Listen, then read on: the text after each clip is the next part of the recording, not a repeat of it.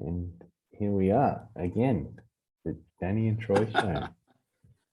Make us sound like, famine. Troy, every now and then I go into a trance. Yeah. Yeah. I'm absolutely sure I'm being used by aliens to transmit information to you. And if anybody else is following or will listen to this, there must be millions waiting in line. And these trances provide, and let me explain it. It's a different state of being. It's not really within my control. It overcomes me, kind of like, and it shows itself as a mixture of disorientation or reorientation, bordering on depression. It would be kind of like a locomotive at full steam.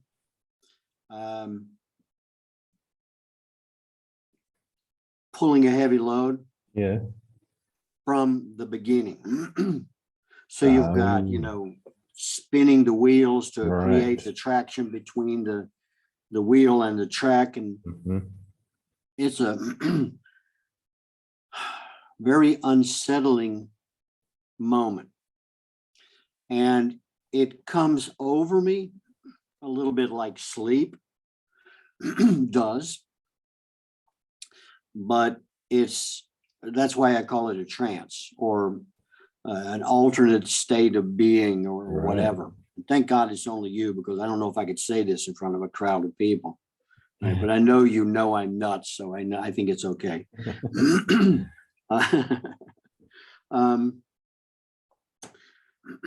That happened to me all day, and it's like, this is not, from in the morning about 10 o'clock, because I was up at like 4. And then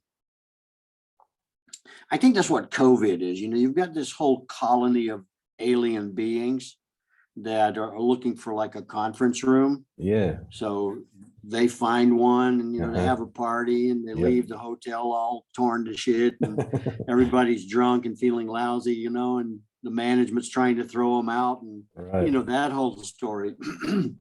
And then they decide, okay, fine, I had enough of this. What time's checkout? That was at 11 o'clock. It's now 4, right? So I'm sleeping all day while they have their party.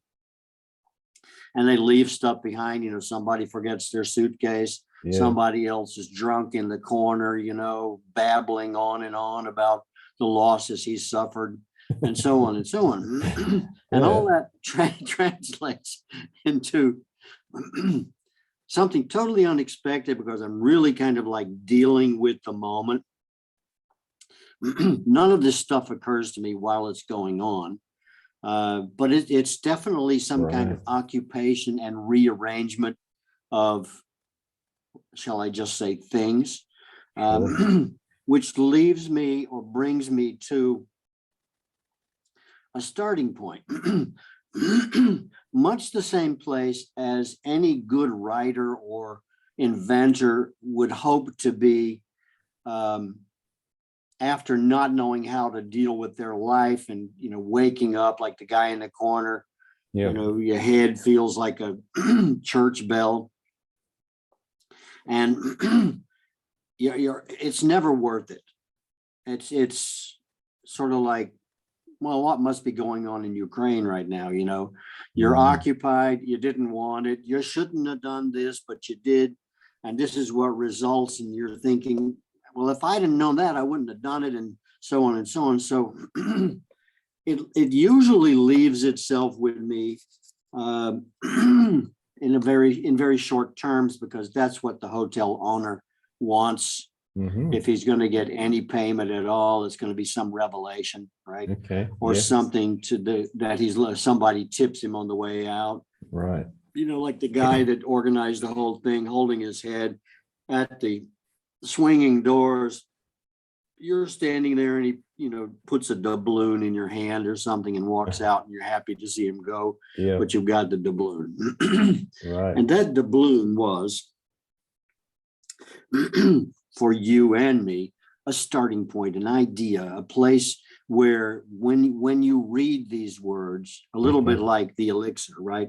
Sure. It chimes. Mm, And in this occasion, on this occasion, it left me with the words defining moment. okay. And that's where we are, Troy. All right. We are in a defining moment. I did put down a few notes. And I think the opportunity, if the train stops and lets us on, will be with this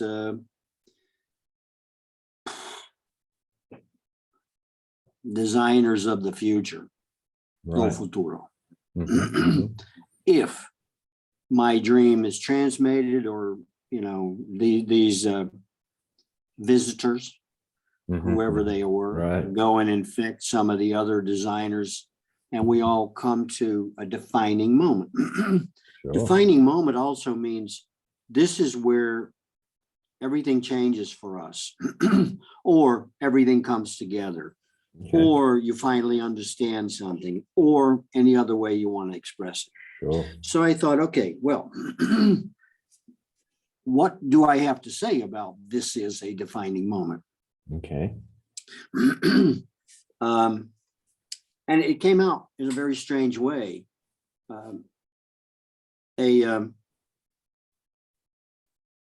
Oversimplification of a statement of facts.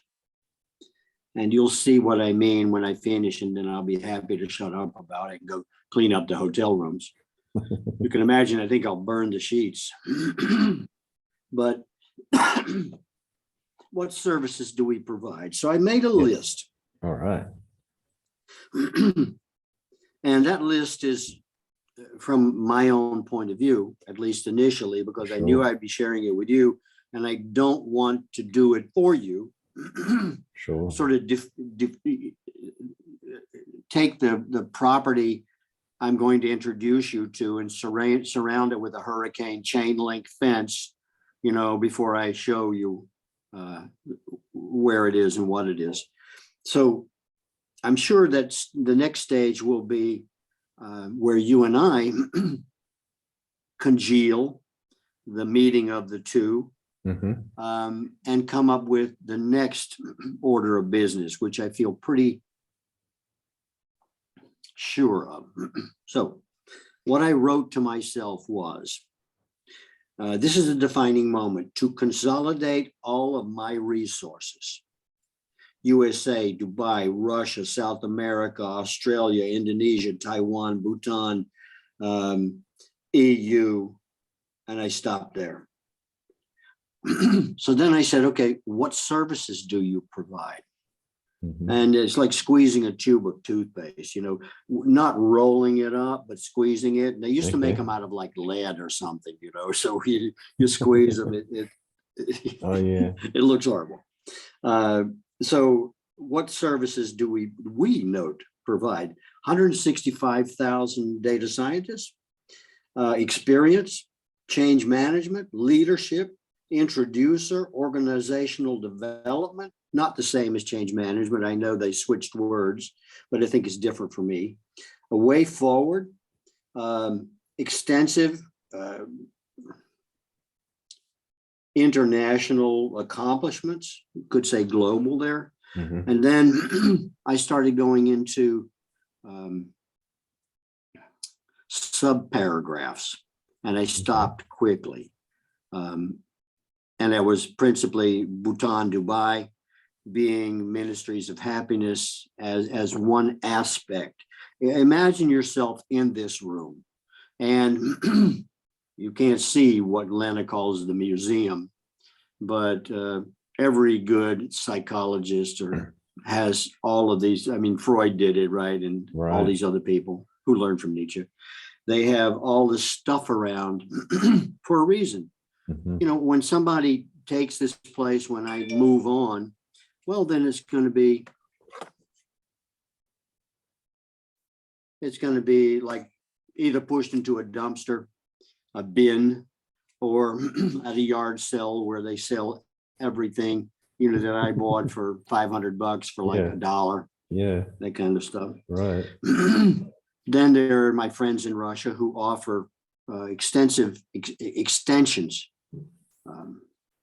The well-established businesses, the startup guys, Mm-hmm. that I know tell it when I see it. That's why I'm with you, Sure. Troy, by the way.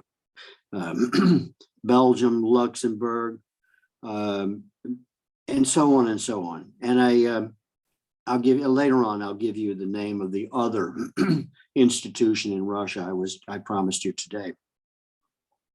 And George, and the list goes on. Mhm. That's the second layer of it being I want to say consolidating moment, but I still prefer, a defining moment. Sure. That's what it's all about. This is where you're going. This is what you're going to do, because everything comes together at Mhm. this moment. Mhm. Mhm. If the merry-go-round, the carousel, is going slow enough for us to grab the brass ring, then I think, Amsterdam can fit into this, Yep. as well as, Silicon Valley, as well as any other place, Prague, but less so than Amsterdam, Dubai or Abu Dhabi. I mean, that can be determined once boots are on the ground, Mhm. Mhm. et cetera, et cetera. Mhm. Plus, Mhm. our new Portuguese friends and so on. And it's like where the rubber meets the road. Mhm. And that's what I got from sporting all of these invaders. I call them Right. nanochips. Right. Right. Read the other day, my theory about nanochips is like, okay, all we have to do is rub your hands together like that. We can't see the skin cells that are flaking off and falling to the page and the table beneath my hands. But if I did that in a space outside of a spaceship, then those skin cells could go and inhabit a planet, right? Mhm. Mhm. Spark a new life, minus the primordial ooze or whatever it takes on that planet. And Mhm. it's a hit or miss proposition. Mhm. Mhm. So maybe what I'm talking about is that same thing, that same nanochips that come from thought to you by sound, so that you can consolidate what you think about it into what it is I said, which of course takes me back to the data science aspect, which Right. I think, if I may say so, you're cheating yourself. I know it's a specialty for you and you enjoy it and so on, Yeah. but you offer so much more than the ill-defined, oversimplified name you've given yourself as a data scientist, because you're far beyond that already, Mhm. primarily because your boots are not stuck in the mud. And if it doesn't have anything to do with data science, well, then you're not interested, and you'll stand there winter, summer, spring, and fall, until the conditions are right for you to either remove yourself from the boots or whatever. But you can do that because you can send your head off, leave your body there, and you can tour the universe and do whatever it is you want in your thinking. So I wanted to Mhm. give you that compliment, because I think it's more or less a real-time assessment of what you have to offer. I Right. mean, I know other people may be listening later on, so I'd like to say, it's your sensitivity, it's your poetic nature, it's your versatility. Of course, I have to mention agility as well, right? Sure. And because I know you love the word agile, Yes. and so on. And, Right. that I think is the spice in the stew. Okay, I got the recipe Mhm. in Mhm. front of me. It sounds rather simple, and it's without the heat, and the heat would come from the future designers, which I'm growing to like very much, and see what it cooks up. And of course, that doesn't mean that we can't add other ingredients, like I don't know, Data Camp, to mention one, Mhm, or mhm. others in the Mhm. process. Yes. So with that introduction, ladies and gentlemen, Troy Sadowski. Great, great. Yeah. Yeah. What do you make of it, Troy? Well, yeah, I mean, first of all, it's great that the way you explain that, being, I mean, the analogy with the party and and also relation to COVID. I mean, but it's not what I believe you're talking about. It's not a virus coming in, but there's something there that's driving you or giving you messages or talking to you, and yeah, people go through their lives, I believe, without even realizing that they're being informed or guided or Inhabited. yeah. And like, it's amazing. I mean, I feel the same thing, and I really relate to what you're talking about. And it's difficult to kind of explain or to put into words, but it's I think, first of all, for our audiences, if you can, or if we have one, hopefully someone's watching. You have me. Yeah. And I mean, we're doing it for ourselves anyway, and talking about Yeah. these things between us kind of just makes them more real and brings them forth for further, enhancement or whatever reason. But yeah, it's the acknowledgement that I first want to say is really great, and great to acknowledge and talk about. Being in a place where you can realize that some message is coming through, or some guidance, and where that's from and why it's there, and what does it all mean. It doesn't really need to take a lot of your attention, but just to acknowledge that and go with it is what I like to do. And then, yeah, in terms of what it is, like, we're going to do, I think the combination of you and me is what I think brings that specialty. And it doesn't have a word. That's right. Like, I call myself a data scientist. You're an introducer. You're influencer, promoter, producer. But there's still, it doesn't sum it up. And we talk about talent, identifying talent, or like a talent scout would be looking, if it's a sports game, in the the students' games, and watching, if it's baseball or football or whatever, just seeing, okay, who's playing now, and they at that, just at the local fields, having a look, trying to find the next big thing. And yeah, they kind of, when the good ones, they can see something that not many others can. Of course, there'll be those obvious, gifted few that everybody can see. But what the real talent is as a scout, is picking that, where the talent is, and knowing that that's a winner before everybody else. And that's what I see you do. And it's not just with people, it's with products, and or ways of presenting products, and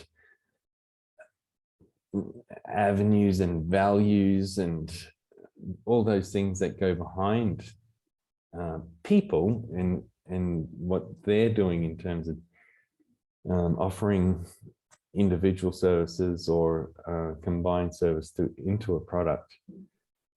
And I've seen you, yeah, do it, and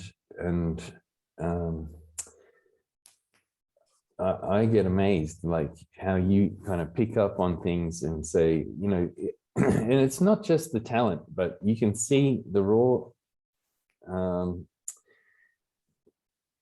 essence of what it is, whether we're talking about world development issues like Russia and Ukraine, or, you know, Donald Trump, or we're talking about a widget, or, you know, a goal or approach, or, you know, blockchain technology and a solution that is up and coming, or, you know, submarines and artwork. So it doesn't have a name. It kind of still, that's the difficult part for us, I think, is because we are selling this service and we are looking for, I mean, we do it naturally anyway. You do your thing, I do my thing. Mine's on the technical and, yeah, analytical side. And like we were talking about before, I see you as the front man. I'm the kind of the backstage guy, supporting what it is that we need to do in terms of what I've just explained. Identifying talent, and talent's the wrong word because it's not related to specifically to people and what they are doing in life, but it's related to products, services, events. And yeah, we are providing this, not just identifying I'll keep using the word talent, but giving advice on how to increase that. And maybe what if you changed a little bit here, or let's try something else here. That's what, you know, the service we're looking and do naturally. And the combination of you as, again, the front and me as the back, and support, you know, from the technology side, and your knowledge and experience coming from, yeah, your life experiences, is just the yeah, service that we're providing. So yeah, I believe I get what you're saying, and the challenge now is kind of, I mean, this is the first step, is talk about it and present it in the words that come to us, but to kind of sum it up and to communicate it to others, that's still a challenge. And but I know you're the I mean, we can do it together, but you're the one that's going to be out there and presenting us as this service. And we have, yeah, companies lined up that we're interested in letting them know that we exist and what we offer, such as the designers in Portugal. And yeah, we, like you were just naming, we have access to so many different cultures and nations that the potential is huge. Not to mention, like, oh, you did mention the 165,000 data scientists that are in the LinkedIn group. That's still growing, between 150 to 200 per day. And yeah, You know, I think one last thing is yeah, please. The good thing is that, you know, we just are naturally doing what we love doing. And that's important to, you know, notify and present in the same essence, is that when you are perhaps, you know, you ask a sportsman, no matter what sport, it's golf, cricket, baseball, basketball. How do you, if they're at the top level, right? You say, how do you play that game?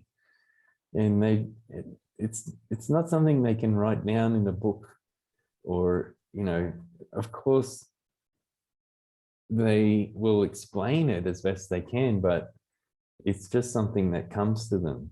And when Tiger Woods is hitting that golf ball, he's not thinking, oh yeah, I know how to do this, it's A, B, C, D, and then he has to follow those rules, but he just naturally hits the ball and it flies and ends up near the hole. So that's how I interpret it. And yeah, looking forward to this next step. As you said, things are changing and coming together, and it's presenting itself as, okay, here's what to do. And it's just fun and enjoyable to be on the journey. You were defining, I think they call them scouts, right? Who go around looking for people with talent. Yeah. And the person may not even know they have talent. Mm-hmm. I think it's like when I was in theater, I would do it because I love it. And then only later, much later, did someone say, he loves what he does, and I love watching him do what he loves. And I think that I know some people who pay money for that. And let's see if he enjoys being in this situation with this camera running, or this audience seated out there, and see if other people enjoy somebody who, and I'm not thinking about myself, who, first of all, does what they do very well. And that's what I always found attractive about another person. Even to the extent of, being sexually excited, but there's a stairway to heaven there, and it's made of many steps. And that first step that catches my attention is this person knows what they're doing. Mm-hmm. They enjoy what they're doing. They do it well. Right. And it catches my eye. Yeah. And then it's like a point of interest, right? So then I want to know more. I want to follow, because I get the sense that they have something to offer that I can share, right? Whether it's to flush it out of me, which seems to rejuvenate that kind of energy in myself through inspiration. I'm inspired. Yes. Wow, this, this and this and so on, or even to follow a line of, where did this come from? Or what is this about? Or, how do bees make honey? Anything, that's just an example. Sure. Or how does an artist do that? Or which, if you place yourself on stage, for instance, like, my agent did, or in front of a camera, and she would say, just Danny, sorry, I don't even think about me being here, just do what you normally do. Which has happened on numerous occasions. When it's most highly appreciated is in very popular actors when you go off script. Right. It's those moments of like, I could have been somebody, Brando and what was that? I forget the name of the movie. Anyway, him, or in Taxi Driver, when De Niro says, "You talking to me?" Yeah. All that stuff comes from nowhere. It comes from on the waterfront. It comes from inside at that moment, or like, when I was in Eddie Murphy, what was it? I can't remember. It's not important. The movie, right? The director comes up to me and he says, "We know each other, right?" I know what he was talking about, because it's the first time I ever met the guy. With an invitation back to Hollywood. And he said, "Just do what you want to do." I know what he's saying now. He was Right. saying, you know what needs to be done in this particular situation, and you know where the cameras are, right? And you know what to do. You're not going to go and say, hi, mom, anything like that, while the camera's running. And it just fits. Yeah. It's like wallpaper Right. or spaghetti. Did it stick to the wall? It did. Right. And it looks pretty good there, right? Yeah. So that's a higher feature of people, I think, again, not of myself, but what I've noticed from other people is they can incorporate themselves into life, maybe not as easily as they can into an imaginary life. Mhm. And that imaginary life can be a film, it can be on stage, it can be, speaking from a podium, talking to people, and that je ne sais quoi, that unknown thing attracts other people. And it's like something that we all have in common, something that we all share. And bringing that out and revealing that, maybe even unintentionally, but being aware of what it is I've just said, I think is a high artistic accomplishment. Right. Right. And it can be in a, not to say, you guys are like out there any more than I am, in a data scientist or in a nuclear physicist or Sure. Einstein or quantum mechanics. I mean, the list is endless. Mhm. And those are the people who I don't believe are really interested in making money from it. Right. Because that's not the motivation. That's not going to carry you through the idea, Mhm. right? Mhm. You have to be, like Nietzsche says, you have to be light on your feet, right? Yes. To be a god. Yep. If you can't dance, you don't qualify for God. Just stay the hell out, Yep. while we're auditioning real people. And those are the features that I think are important, or at least have been important to me in being myself and having something to say. And I know what I'm trying to say.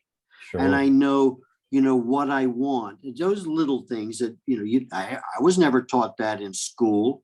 No. It's like, I think I would have learned that one by sitting in my overalls on the porch, listening to some guy, pick out a blues tune. Right. And it's like, that's where, inspiration and dynamic life comes from. It's not from people trying to demonstrate, what it is that makes somebody great. I mean, okay, you could say I just ventured an opinion, but I'm not sitting in an office. Well, I'm sitting in my own office, but I don't go there every day like many of the robots or slaves. We call them wage slaves, right? People Sure. who have to do it because they miscalculate their own value, or they're limited by circumstances around them, or they made a choice that in this world of karma, you have to work it out.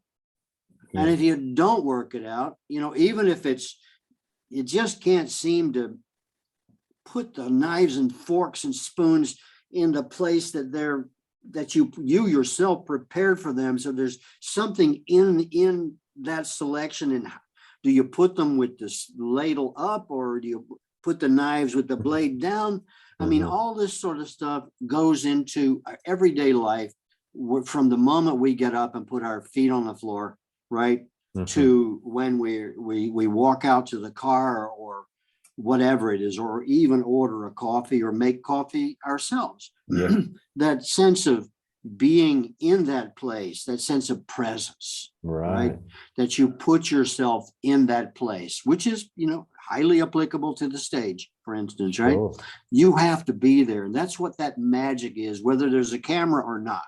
Sure. Right? There's that self-awareness, which can and often does fade into the background, right?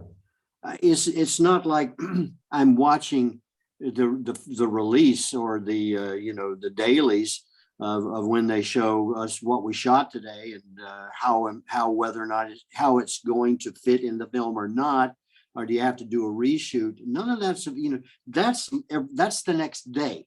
Right. That's what we're missing. is realizing that if we can get the script, right? If we can say to ourselves, and you know me, 2, 3 words, and I'm happy. Don't give me 10. I understand we're still working. But if it's a word like the defining moment, you know, that brings everything together. And now I'm interested, you know, now I want to watch what's going on. And that is not only what consolidates business ideas, but it also makes books, scripts, you know, planets, countries, societies, cultures, neighborhoods, whatever. Why are we all here? Or another note I made to myself about this, you know, nano experience I had all day. Now I seem to be recovered from it. I would call that script a lot, and I can go back to it. I can go back to it because of the whole essence that is loaded into the defining moment, right? The history of this adventure, or this morning, you know, or all day. I can say I woke up and then I start talking, and call this one inhabited. Sure. You know, where I was, you would call it possessed, but then again, you know, it's like, you know, where you have to have a Catholic priest there, you know, doing some procedure on you to get these demons out of you. But, you know, we can do that by expressing ourselves knowledgeably on the page, or, you know, speaking to a friend. And just because you mentioned Ukraine and Russia, it's like, that's what's missing. You know, I made an invitation. I make posts online, and there is, okay, who is it? It wouldn't work with Biden, but it was a conversation between, who was it? Macron and Putin. And I said, just let me get these guys together in my kitchen. Okay. Have a seat at my table, right? I'll cook up something for them while they're chatting. Open a bottle of wine. I don't think Putin drinks, but who knows, right? I saw him tip a little glass with Xi the other day. So who knows? But, you know, it could be anything. It could be conversation piece. This water's from my well. I think it's the best water, makes great beer, so on and so on. And just open up the conversation until these two people get to know each other. Right. Because I think I said to you before, the perplexity in realizing that I dislike someone, I hate someone, is because I don't know them. Right. And you just put them together, you know, and the commonalities that we share will become clear very, very fast. Right. And then we'll work it out that way. It's like, remember that time we spent at Danny's house in the kitchen? Oh man, yeah, and I've seen it happen 1,000 times whenever I have a party, and I haven't had a party in for ages, but everybody ends up in my kitchen. Right. Not just my kitchen, but I look for the kitchen. Right. You know, to find somebody to talk to if I'm at somebody else's house. Right. And this is kind of like, you know, our kitchen. Well, I think, the first thing I want to talk to is back to, you know, that being in the moment and being present. And the movie you were talking about, and the movie that one of the major roles you had, or I mean, I guess the thing you were mentioning before is the movie Metro, where you were a part. What is it? I mean, you weren't the main actor, so but with Eddie Murphy, the movie Metro, there's a scene, if I'm allowed to talk about it. Go ahead. Yeah. My agent would love you. Everybody should go check out the movie Metro. It's like 80s, I guess, and, you know, classic 80s style Hollywood movie. Eddie Murphy playing a police officer, a negotiator, and, you know, there's a bad guy, and he has to try and bring him down. And the bad guy comes into a jewelry shop, and in the movie, Danny Teal is playing the jewelry shop owner. And there's hostages involved, and but I don't want to spoil it too much, but the essence and watching that, I mean, I would have watched it, you know, when it came out, and I don't think I went to the theater, but you know, when it, you know, got released on VHS, I probably would have watched it, but or rented it from Blockbuster. But after rewatching it and looking for Danny Teal, because you know, you told me you were in the movie, and I was like, okay. And that scene, you know, I can tell you were in the moment, you were present. It wasn't like, it didn't look scripted, it just looked natural, and it looked like believable. And I guess you were talking like a few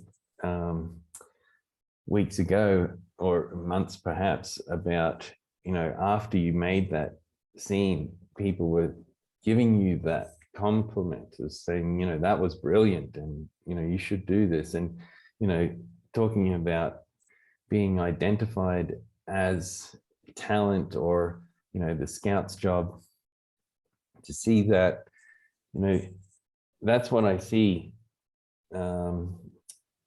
as an example of what it is that we're talking about, to be able to see that and pick up on that and to run with that. And there are, you know, certain, I don't know what it is, but a certain thing you need to be, a position to identify the talent, to identify that this is a special moment, and this is something that needs to, you know, be picked up on, is not there. It's kind of a talent in, if you call them the Scouts, the talent Scouts, you know, they have their own talent in being able to pick and identify what the talent that is in others. And that's what I see in you. And, you know, I see you in the moment and being present, doing your thing. And I see you as a talent scout, and whether it's, you know, looking at a painting or a product or a person. And yeah, that's what we kind of bring together as a business service. And what I want to bring up as well is our I guess the notion that we were playing with a few months ago about the business play. So everybody, I'm sure, heard of a business plan. You need to write, okay, what's this problem? What's the solution? Okay, what's the scope? How are you going to solve it? What timeline? But a new concept that I guess Danny and I have, you know, brought to existence from our own minds and collaboration is this business play, where you can imagine situations, whether it's, you know, two people in a kitchen, or you know, people bringing a product to market. Put it down in a concept, in a script that people can read and imagine, or even act out, and yeah, see what happens. What thoughts come to your mind? How does it you know, spark new action and thoughts? So that's what's, yeah, coming to my mind as you're talking about the things that you're talking about. And yeah, I think you brought up a very interesting and important point, because this business play, it's like scripting your idea, right? And as a writer, as a visionary, which I think people who come up with these ideas and implement them or not, it's not, if you start writing a play and you don't finish, I would suggest that you did finish, right? That you took it as far as you Right. could. Right. You know, the child was born and it died at 13. Okay, well, that's the end. Like it or not, it's not a, you know, it's not a 2-hour feature film. Sure. Eventually, it's a, you know, a short story, right, Yeah. with its own tragedies or whatever in it. Right. And I think we have to remember that a business play and scripting it and taking that idea as far as it can go, it can be, you know, a series, right? Sure. It can be episodic TV or whatever it is, Exactly. because there are a lot of minds out there working, but all in common, it has everything I can think of in common with a lucid dream. That's really what Right. it is. Right. You know, you're there in a dream and you're conscious that you're dreaming, Well, and you can change things if you want exactly. to. It doesn't happen every day, right? Sure. I mean, I have very few of those incidences while I'm asleep. I have more of them when I'm awake. Mhm, A mhm. lucid daydream, I guess, Sure. of being able to see it through. Yeah. And when the idea of the and I can see De Niro in it now, right? For instance, Yeah. it's like the defining moment when Mhm. everything comes down to that point of, is he who he thinks he is, Right. right? And if he is, then he has to prove it at this particular point, the climax of the play, right? Yep. And that's so easily visible to my mind's eye, that the ending is always a surprise, or it always should be a surprise. And that's what people try to do. That's one feature you want to keep involved with. And the other one is, how many times can you watch this film, right? The Baroness and the Butler, or My Man Godfrey, both with William Powell, are, you know, if I don't know what to do at night and I can't find a good film, I go there, Right. you know, and I want to watch William Powell from the 30s, you know, do what he does so well with such ease. Mhm, He's not performing, mhm, he's living in front of the camera, right? And mhm, he's interpreting his business of being himself, mhm, mhm. while a camera is running and the set, you know, is dressed around him and all that other stuff Mhm, that mhm. other people need to think about. And you remember when I was where it was a school in Riga, Stockholm School of Economics, and we had a guest from the WEF show up, and he was taught because the university was curious as to how they can get into the business of entrepreneurship, you know, which laughably so I look at now that everybody wants to turn spontaneity into a business. Mhm, It's mhm. like, yeah, okay, you're good at sex. Now I tell you what we're going to do. We're going to make you a sex worker. Right. And it's like, oh no, it's like, yeah, every day, it doesn't matter who, you know, it doesn't work. So I told him, I Sure. said, you know, you want to turn a university into a school for training entrepreneurs. It's like going to an old age home and recruiting, you know, an Olympic soccer team. Right. It ain't gonna happen. Okay. And you know, there's something where you have people like you and me, or other people who get together and who maintain the inspiration, the motivation that people have, and keep them on track. You know, when I was living in Brooklyn, the whole idea was like, on your back to act. Mm. That's a little sideline I had of, you know, I would be responsible. I was out of the business very quickly because people have their own problems. But that's what I needed as an actor. I needed somebody, you know, like your mother, to call you up and to say, it's 8 o'clock. Why aren't you on the streets? Don't you know what you want to do? Or is this just something that you've decided you're going to fail at so you can have stories when you're sitting in a rocking chair with somebody's kids on your knee? It's like, you know, I was always there saying to other people what I wanted somebody to say to me, Mhm. right?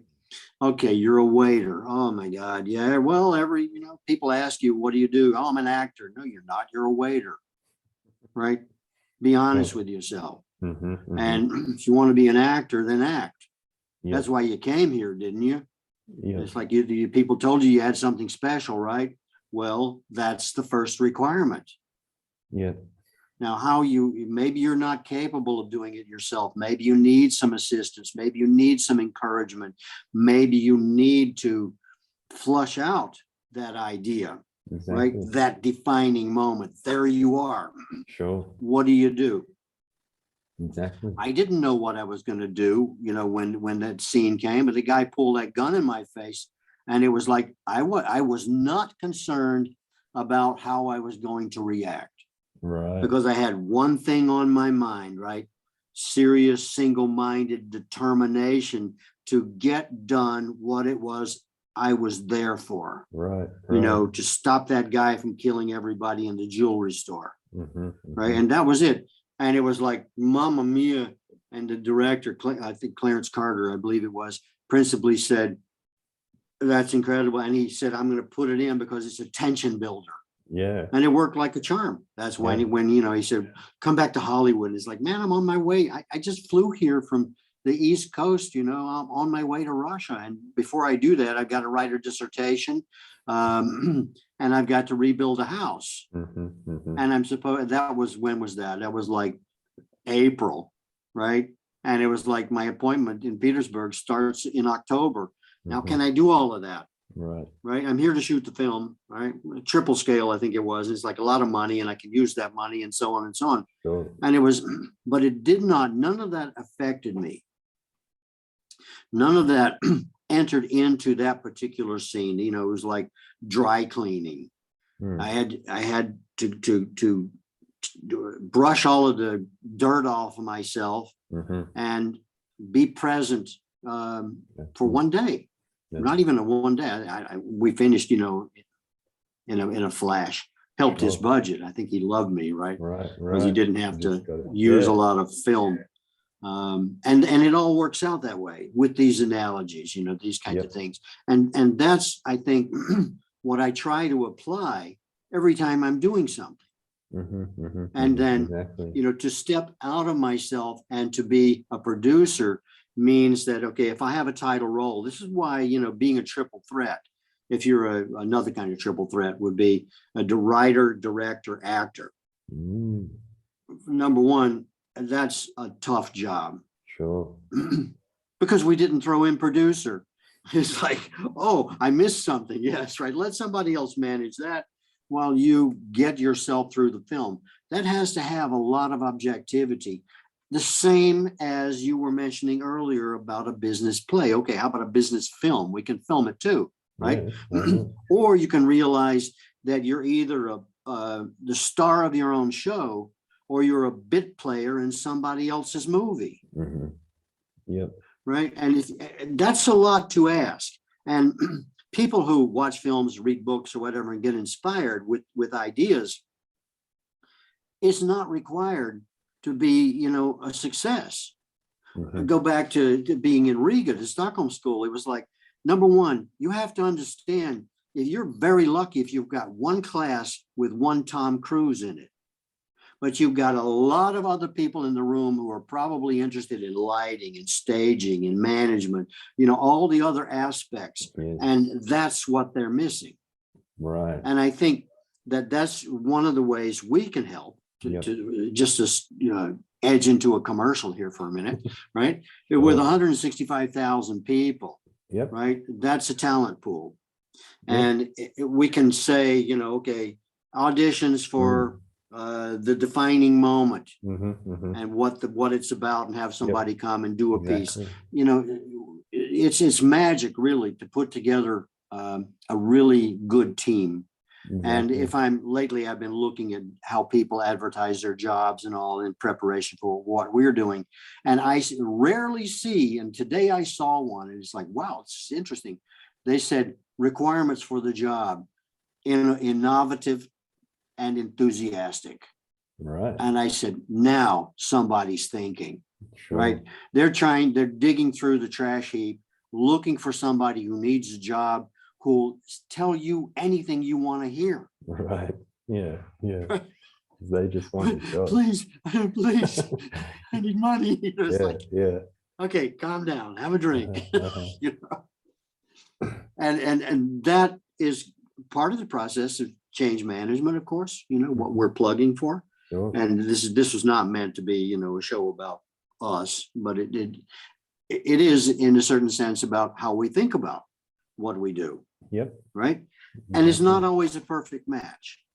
And if we can find, we or you or them or whoever needs help. Everybody needs help.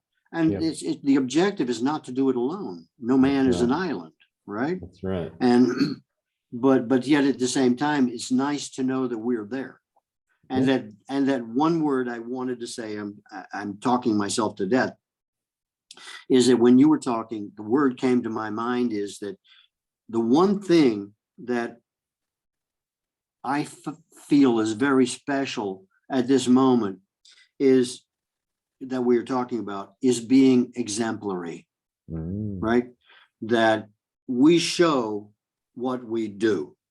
Right. We live who we are. Yep. This is not, a commercial. This is a need you and I have to share, to participate, to keep life moving, to keep people energetic, to, step out of line.